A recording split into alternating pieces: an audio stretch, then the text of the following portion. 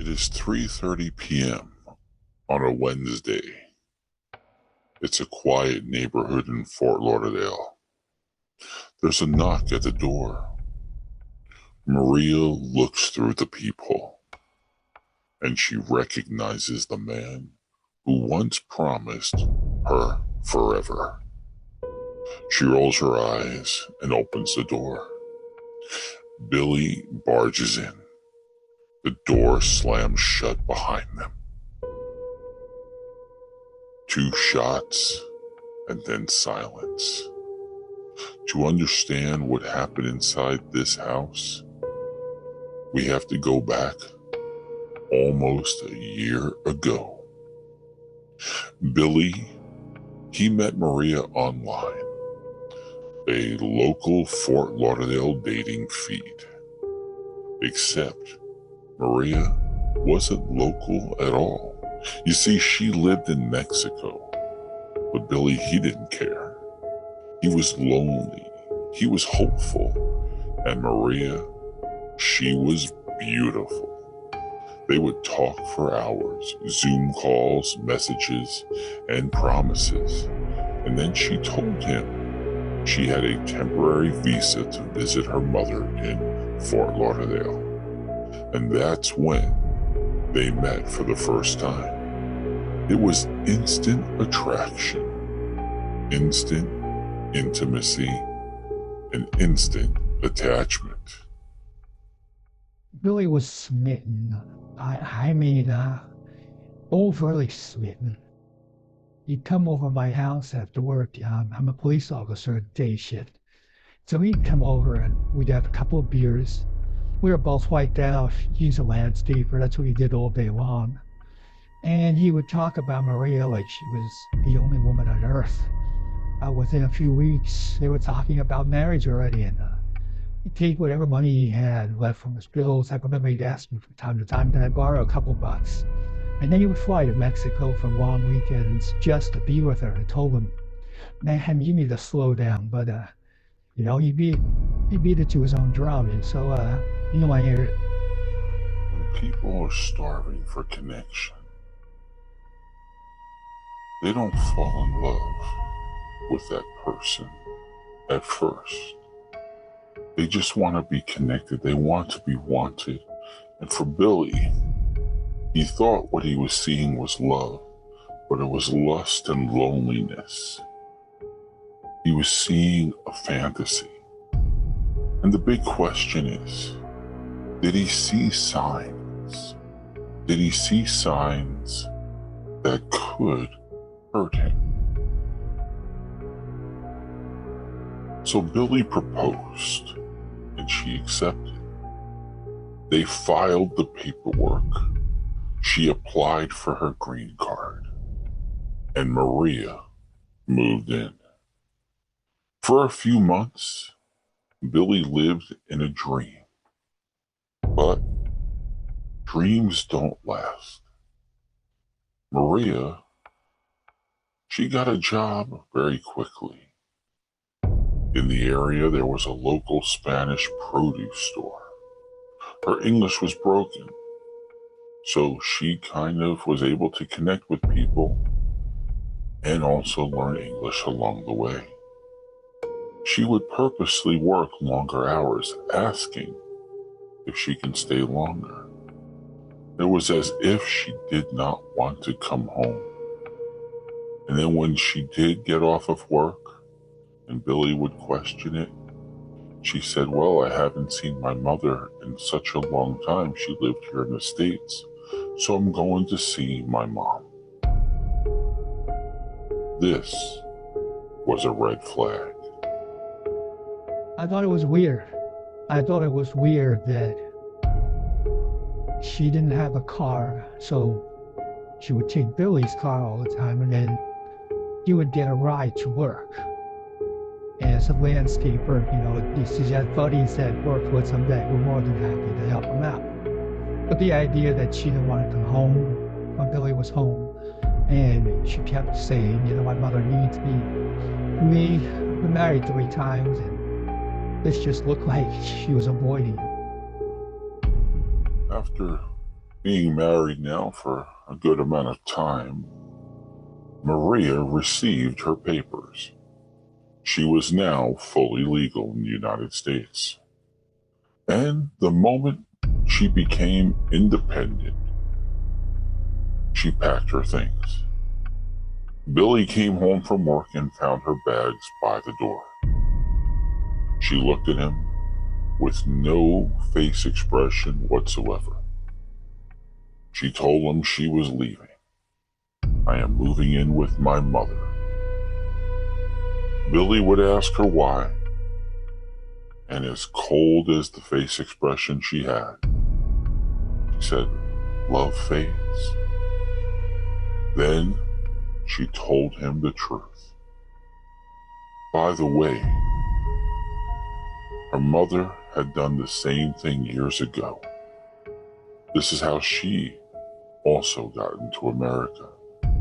She married an American man for his green card, a person who she never loved, never intended to stay with. And Billy, I'm sorry to say, you're a nice guy, but I don't love you either. This would be the breaking point for Billy. And this is where the identity was formed. Because when someone's entire identity is built around a relationship, such as how Billy seen things, and then that relationship collapses, they don't just lose a partner. They lose themselves. And Billy, he wasn't just heartbroken, he was psychologically disabled, destabilized, and crushed. And when a person feels like that, when their life has no anchor, they start reaching for anything that gives them control, even if it's destruction. And so Billy began to spiral. Drugs, alcohol, and the Florida heat of going out there, 90-degree plus weather, getting heat exhaustion, especially from all the toxins in his body. His brain would be connecting to the darkest of thoughts, and those dark thoughts would turn to anger, and those angry thoughts would turn to confusion. His co-workers would notice, they would speak about it. His friend next door, John, he noticed. He wasn't right. He had a beer with me. He was hyped up. He wasn't tired at all. Definitely angry. I tried to calm him down, but his anger was too intense. He said things like, "I don't want to be here anymore." And the way he said it, "Just can't live without her. My life will never be the same." I tried to talk to him, but man, he was just depressed and saying these crazy thoughts. It was like he was losing his mind.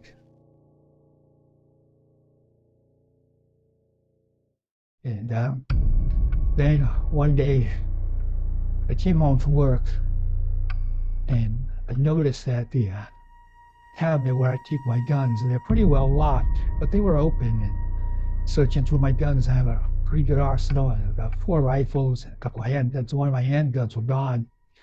And the thing that got me was being a police officer. I don't have an alarm. I didn't think I needed it. I never have. And there were no forced entries, no broken locks. So I figured, well, then I started thinking, who knows me? And this is where I got scared. I started thinking of Billy. Billy went to Maria's mother's house.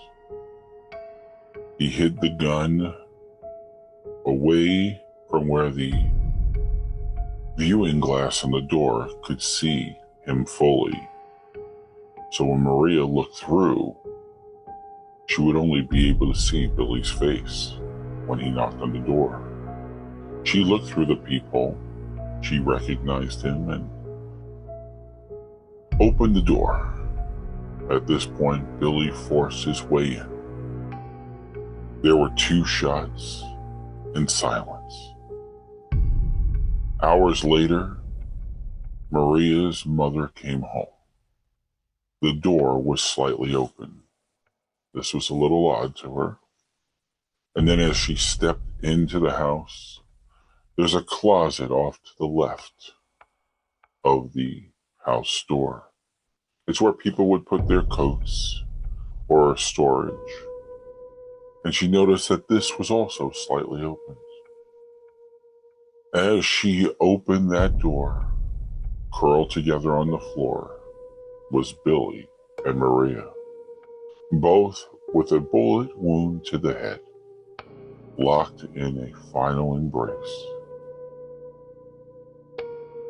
When the officers told me what happened, I broke down. Billy was going to die. He was going through something, and I felt him well. He lost himself, man, and I wish I had the opportunity to talk to him more. I knew he was hurting. I just didn't see signs that he would go this far. And just wish he reached out. I don't think things could have or should have ended up like this. In the end, heartbreak led to betrayal. Betrayal ended with rewiring the brain. And Maria, looking at the pattern of how her mother got to America, she wanted the same life. But Billy wanted a life too, a life with Maria. And when two people want two different things, in this case, one of them eventually broke. There was no marriage, just a transaction, a fantasy for both, a lie that grew legs and walked straight into tragedy. Stories like this happen every day. Maybe there's not gunshots, but manipulation, desperation, and eventually an emotional collapse. Love can build a life, but the wrong kind of love can take one. Thank you for listening and watching The Gregge Stewart Show. So that's the story of Billy and Maria. Many years ago, I met Billy when he worked at a residential community where I worked, where he would do the pool and the landscaping. And what ended up happening was he told us all about this wonderful woman, Maria, that he was just really in love with. He was really excited. And then I came into work and my manager said, "Did you hear what happened to Billy?" And the story that you heard today was exactly that. Now, I wasn't in behavioral work at that time. I was one of the fitness trainers at the residential community, but you didn't really see the signs. I mean, would you? That's the key thing. We wear a mask at certain times of our life. And here's this, person, and we all loved him. I mean, he showed us a different side. Unfortunately, it's sad when someone loses himself to the point that if I can't have you, no one will. And that's unfortunately the story here, is that, yes, the way the relationship ended, it was cruel, but nobody deserves it to go to that level and take someone's life. So this is that story, and I hope that this helped you. If it did, please share, like, and comment. And I thank you for watching. And until next time, have a great day or evening wherever you are.